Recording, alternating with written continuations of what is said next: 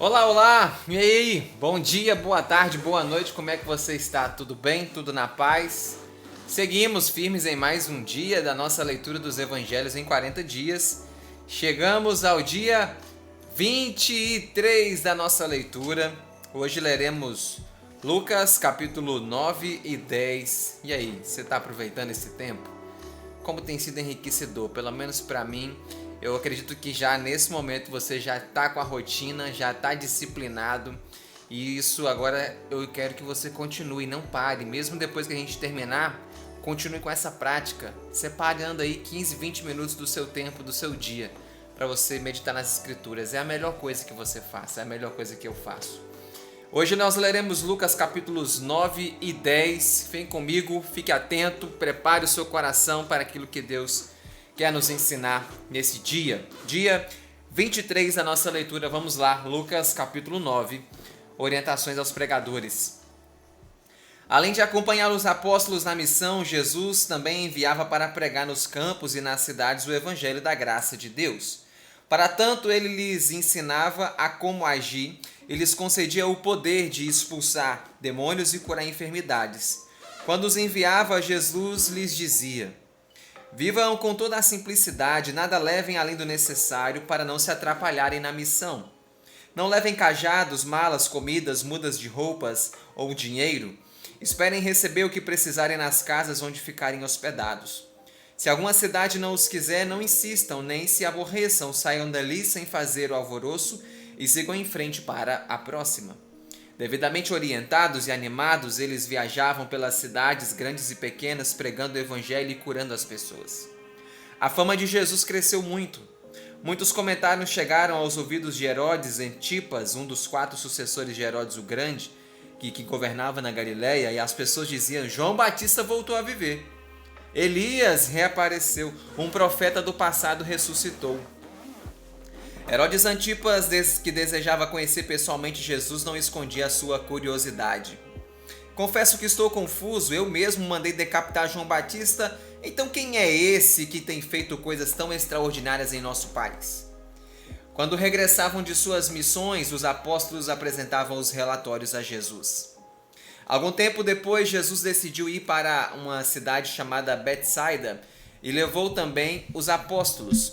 Os moradores da cidade souberam disso e passaram a segui-lo por onde ia. Jesus os acolhia e lhes ensinava sobre a graça de Deus. Se houvessem enfermos no grupo, ele os curava. Certo dia, já de tarde, alguns dos apóstolos se aproximaram de Jesus preocupados. Mestre, manda o povo embora, assim as pessoas poderão passar a noite em algum lugar e se alimentar. Aqui onde nós estamos não tem nada. Jesus, porém, respondeu: não faremos desse modo, meus amigos. Vocês mesmos darão comida para essa gente. E eles responderam: mestre, não há como fazer isso. Nós só temos aqui 5 pães e 2 peixes, e aqui estão 15.000 pessoas. Queres que compremos comida na cidade mais próxima? Jesus deu uma orientação muito diferente. Façam o seguinte: mandem a todos se sentar em grupos de 50 pessoas, e eles obedeceram. Jesus pegou os 5 pães e os 2 peixes disponíveis, olhou para o céu e agradeceu pela comida. Em seguida, partiu os pães e os peixes em pedaços e os entregou aos apóstolos para que distribuíssem entre a multidão. E todos comeram à vontade. E ainda sobrou comida, tanto que foi guardada em 12 cestos grandes. Em outro dia, já em outra cidade, Jesus estava orando sozinho, quando os apóstolos se aproximaram e ele perguntou: responda-me vocês que têm andado entre o povo, quem sou eu para essa gente? Um deles respondeu: eu ouvi alguns dizendo que tu és João Batista. Outro disse: o que escutei é que tu és Elias. Alguns entre eles acrescentou: para muita gente tu és um antigo profeta que ressuscitou e voltou a atuar. Jesus então perguntou: agora eu quero saber de vocês, quem sou eu para vocês? Pedro logo se adiantou e respondeu: tu és o Cristo enviado pelo o Deus eterno. E Jesus respondeu: é bom saber disso, mas não contem a ninguém. Há muita coisa ainda para acontecer. Eu vou sofrer muito nas mãos dos principais dirigentes, sacerdotes e teólogos de Israel. Serei morto, mas fiquem tranquilos, no 3º dia ressuscitarei. A mensagem de Jesus era bem clara e firme. Ele dizia a todos os que se aproximavam dele: quem deseja ser meu seguidor precisa saber como deve viver. Quem quer ser meu seguidor tem que, antes de tudo, entender que não terá mais o controle da sua vida, porque este controle ficará comigo. Ser meu seguidor implica em sofrimento diário, mas é assim que vale a pena viver. Não adianta uma pessoa ter dinheiro e fama se não sabe para que vive. Jesus também dizia: todos aqueles que me seguem terão a honra de serem recebidos por mim, quando o mundo acabar e o Deus eterno mostrar que ele sempre esteve no comando de tudo. Meu desejo é que nenhuma pessoa, tendo ouvido minhas palavras, deixe de levá-las a sério e fique de fora da vida eterna que vim trazer. Dentre as coisas que dizia, uma era muito difícil a compreensão, porque só aconteceria quando Jesus ascendesse ao céu. Eu garanto que alguns de vocês estarão vivos quando eu morrer e ressuscitar. Eles me verão voltar para o céu. Uma semana depois de dizer essas palavras, Jesus subiu num monte para orar. E dessa vez ele levou em sua companhia os apóstolos Pedro, Tiago e João. Algo extraordinário aconteceu. Enquanto Jesus orava, os seus 3 apóstolos cochilavam, mas esforçando-se para ficarem acordados, viram o rosto dele mudar de forma e a sua roupa ficar totalmente branca. Eles viram Jesus em toda a sua beleza. Eles viram também que 2 homens belamente vestidos conversavam com Jesus. Eram Moisés e Elias. Em sua visão, os apóstolos ouviram Moisés e Elias dizendo que Jesus iria morrer em Jerusalém. E no fim da visão, Moisés e Elias se afastaram de Jesus. Então, antes que a visão terminasse, Pedro sugeriu a Jesus: Mestre, está sendo bom demais estarmos aqui. Eu tenho uma sugestão. Que tal fazermos 3 cabanas? Uma para ti, outra para Moisés e a terceira para Elias? Pedro, na verdade, não tinha noção do que estava falando, e nesse momento todos foram envolvidos por uma nuvem e ficaram com medo de morrer. Foi quando ouviram uma voz vinda do céu que dizia: Este é Jesus, meu filho querido, prestem atenção a tudo que ele tem dito. Quando a voz cessou, os 3 notaram que Jesus estava sozinho. Os 3 não fizeram comentários sobre a visão que tiveram. No dia seguinte, a visão no monte, muita gente veio ao encontro de Jesus na cidade. Do meio da multidão, um homem surgiu e ele trazia uma dificuldade. Mestre, eu estou aqui para pedir que me ajudes. Meu único filho tem muitas convulsões provocadas pelo demônio. Na crise ele grita e se agita até espumar. A crise demora muito e meu menino fica todo machucado. Eu já pedi aos teus apóstolos para curar o garoto, mas eles não conseguiram. Jesus repreendeu os apóstolos. Vocês não têm fé? Até quando eu vou ter que aguentar essa incredulidade de vocês? Onde é que está o menino? Eu quero vê-lo. Enquanto o pai estava trazendo o garoto, o demônio o atacou, provocando novas convulsões. Jesus expulsou o demônio, o menino ficou imediatamente são e foi logo devolvido a seu pai. E todos ficaram maravilhados com o poder do Deus eterno.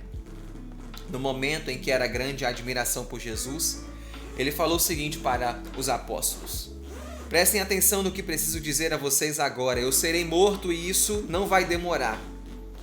Os apóstolos, porém, não deram atenção a essa declaração. Na verdade, eles não conseguiram entendê-la. Preferiam ficar sem entender, nada perguntaram a Jesus.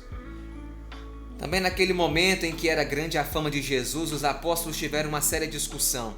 A questão era o seguinte: qual deles tinha mais prestígio diante de Jesus? Jesus não participou da discussão, mas sabia do que se tratava. Diante disso, colocou uma criança no colo e disse aos apóstolos: Estão vendo essa criança aqui? Vocês sabem que as crianças não são valorizadas como deveriam ser? Por isso eu digo que quem valoriza uma criança está me valorizando. Também digo que quem me valoriza está valorizando o Deus eterno que me enviou. Entenderam? Grande é quem é pequeno. A verdadeira grandeza é a humildade. Em outro momento, o apóstolo João disse a Jesus: Mestre, eu tenho um problema para te apresentar. Nós vimos um exorcista expulsando demônios usando o teu nome. Nós o proibimos na hora porque ele não faz parte da nossa equipe. Jesus, porém, respondeu: Nada disso, João. Deixe o homem trabalhar. Ele não está contra nós, mas está a nosso favor. Ele está nos ajudando. Como se aproximava o tempo de sua morte, Jesus manifestou o claro desejo de ir para Jerusalém. Firme nesse propósito, ele enviou alguns dos apóstolos à sua frente a fim de providenciarem a hospedagem ao longo da viagem. No caminho, esses apóstolos entraram numa cidade de Samaria e tomaram as devidas providências. Quando Jesus chegou, os samaritanos não permitiram que se hospedassem no lugar combinado, porque perceberam que era um judeu a caminho de Jerusalém. Tiago e João ficaram muito irritados e perguntaram a Jesus: Queres que oremos para que o Deus eterno mande fogo e destrua essa gente? Jesus, porém, os repreendeu. Todos foram para outra cidade e ali se hospedaram. Nessa viagem, algumas pessoas se aproximaram de Jesus. A primeira disse: Mestre, eu quero te seguir aonde fores. Jesus, porém, respondeu: Meu amigo, você precisa saber que os animais do campo têm suas tocas e os pássaros têm seus ninhos, mas eu não tenho o lugar certo para dormir. Em outra conversa, Jesus fez seu convite padrão a um jovem: Siga-me. O outro, porém, justificando-se, respondeu: Tudo bem, mestre, mas antes eu preciso cuidar do meu pai, este é o meu dever. Depois que ele morrer, eu virei para te seguir. Jesus respondeu: Outras pessoas podem cuidar do seu pai, mas meu desejo é que você pregue o evangelho da graça de Deus para que muitos se salvem. E depois uma terceira pessoa declarou suas intenções: Mestre, eu quero te seguir e eu o farei. Antes, porém, eu preciso voltar para a minha cidade e me despedir dos meus parentes. Jesus, porém, ofereceu outra solução. Sua oportunidade é hoje. Meu amigo, pare de pensar no passado, olhe para frente. Sua melhor decisão é pregar o evangelho da graça de Deus. Lucas capítulo 10. Além dos 12 apóstolos que enviava em missões, Jesus escolheu uma outra vez equipe especial de missionários. Eram 70, que deveriam ir aonde ele ainda não tinha ido. Eles deviam seguir em duplas para evangelizar de cidade em cidade, e Jesus os instruiu assim antes de partirem. Há muitas coisas para serem feitas e pouca gente para fazê-las. A primeira ação de vocês é orar ao Deus Eterno para que mande mais gente para trabalhar com vocês, só então partam.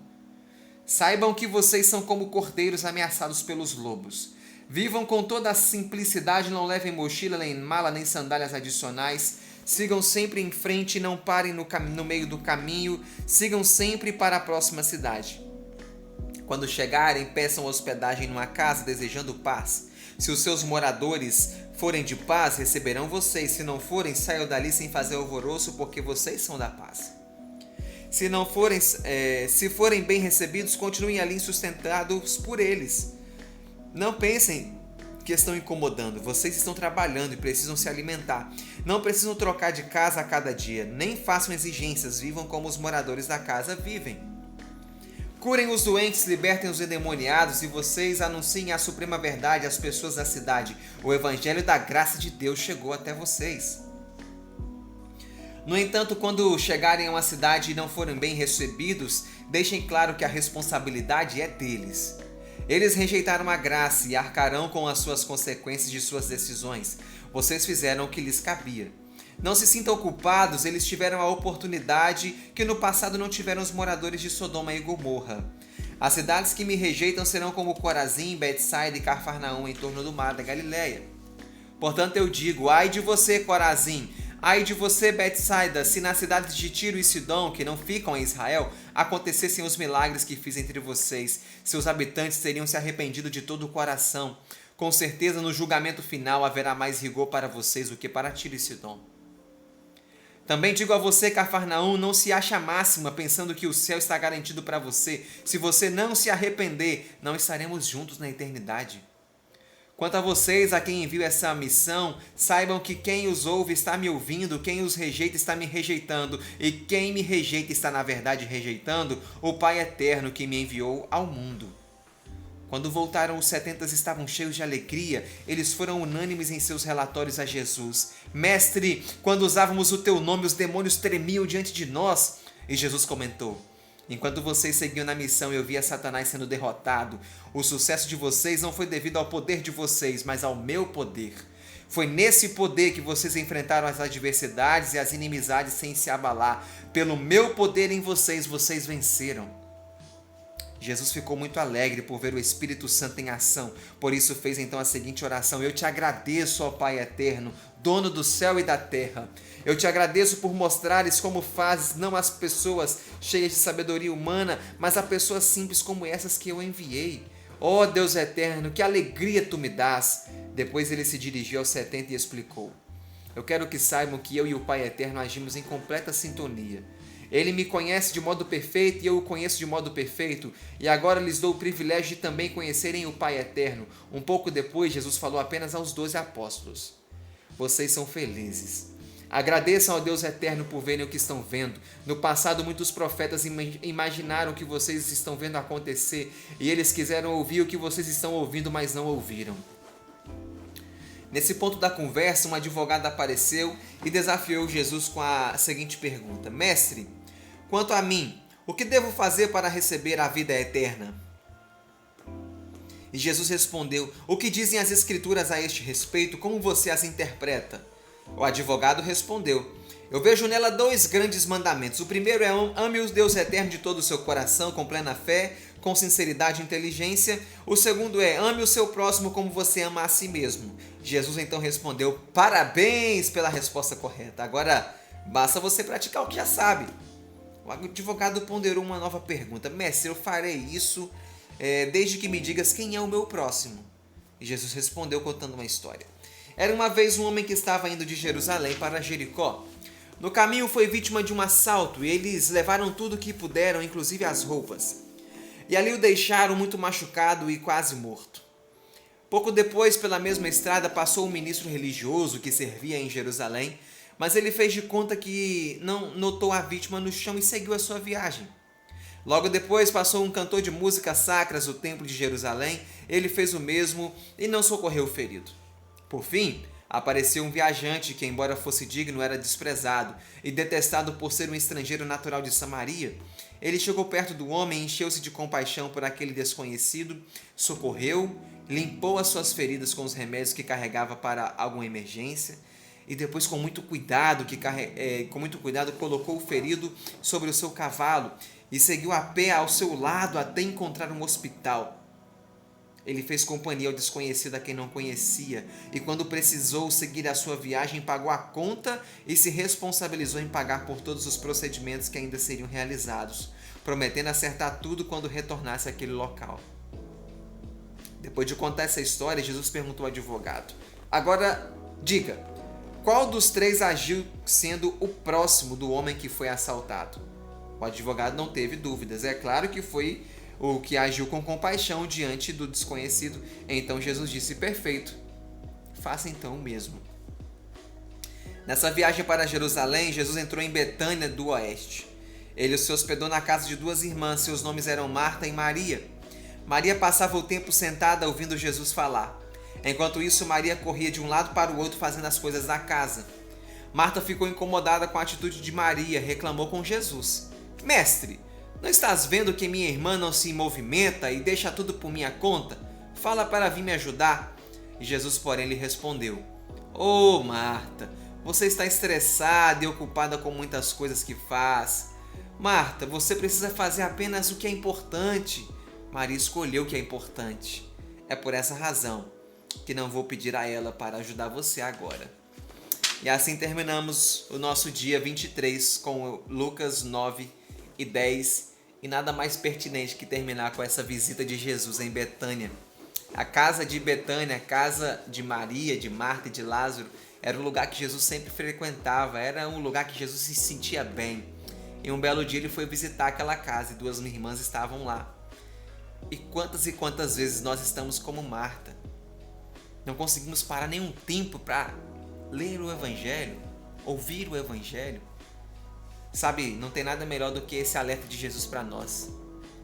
Marta, Marta, Carlos, João, Marta, Maria, Pedro, Joana, José, independente do seu nome, só uma coisa é importante: é estar aos pés do Mestre, é escolher a melhor parte. Que eu e você escolhamos estar aos pés de Jesus, ouvindo a voz de Jesus, sendo ensinado por Jesus e vivendo para a glória de Jesus.